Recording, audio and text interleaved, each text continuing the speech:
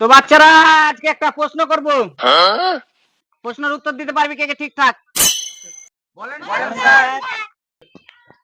তো বলতো পৃথিবীতে সব থেকে বেশি বৃষ্টি কোথায় হয়? স্যার আসবো স্যার।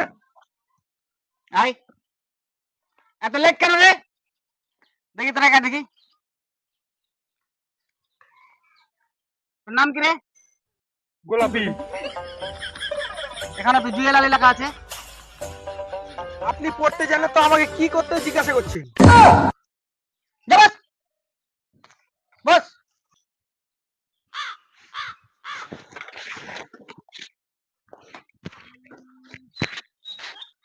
তো বাচ্চারা, তোদেরকে কাউকে যদি একদিনের জন্য প্রধানমন্ত্রী বানা যায় তাহলে তোরা কি করবি বলতো?